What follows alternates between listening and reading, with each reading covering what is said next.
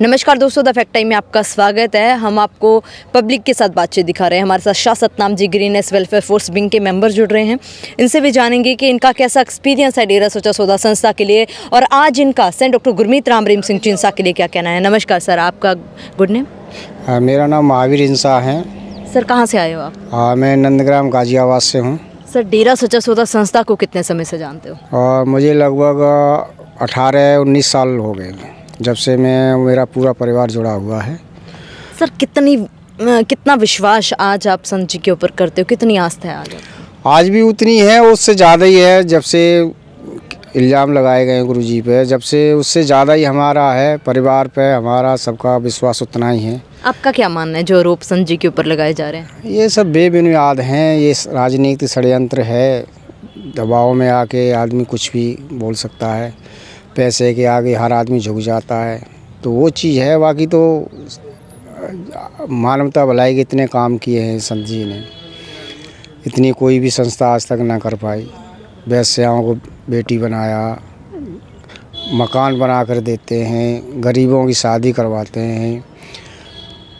अभी दिसंबर का महीना पूरा ये सेवा के कार्य में चला है, जिसमें क्रिसमस डे वाले दिन बच्चों को टॉयस, गरम कपड़े दिए गए, खाने पीने का भी सामान दिए गया। और उसके अलावा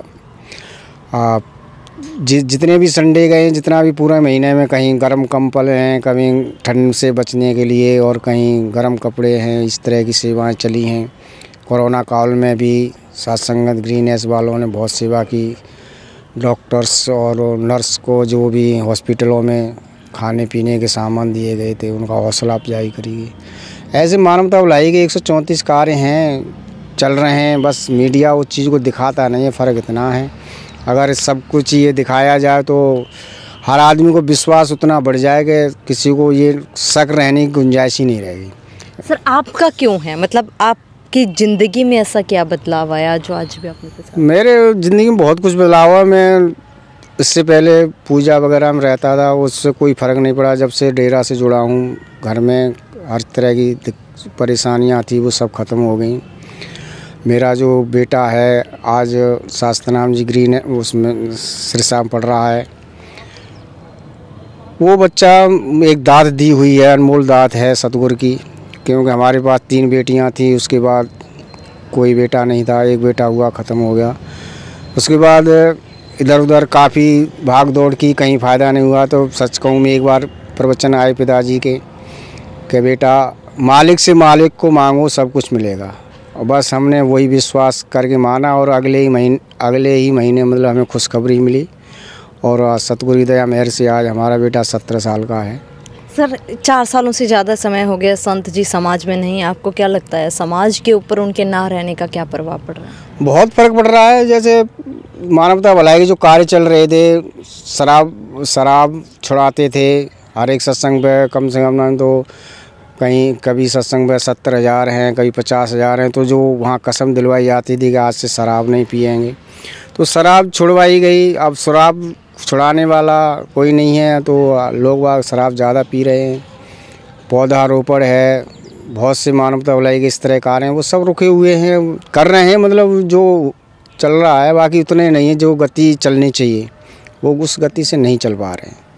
ज़रूरत है सर उनकी सोसाइटी, बहुत ज़्यादा ज़रूरत है। उनके अलावा तो इंसानियत उन्हीं की वजह से जिंदा है, न वरना तो आदमी इंसान हैवान बन चुका है। क्या अपील करोगे आप सरकार से? सरकार से ये अपील करेंगे कि उन्हें जल्द से जल्द लाने की कोशिश करें। उन पर जो भी इल्ज़ाम लगाएंगे उसको निष्पक्ष जांच कराई जाए, जिससे कि मतलब उनको न्याय मिल सके।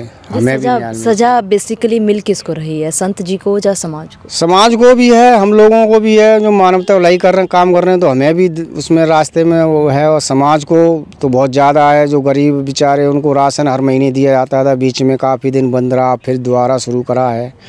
तो इन लोगों को सबको दिक्कत आ रही थी। अब वो थे तो ये सारे मानवता भलाई कार्य चल रहे थे। आज भी वो आपको संदेश भेजते हैं क्या इस कामों के लिए कुछ? हाँ जी बिल्कुल, हर महीने चिट्ठी आती है। ये शायद 6ठी चिट्ठी आई थी इसमें भंडारे पे, जो पीछे अभी सामस्ताना जी महाराज का गया है नवंबर में।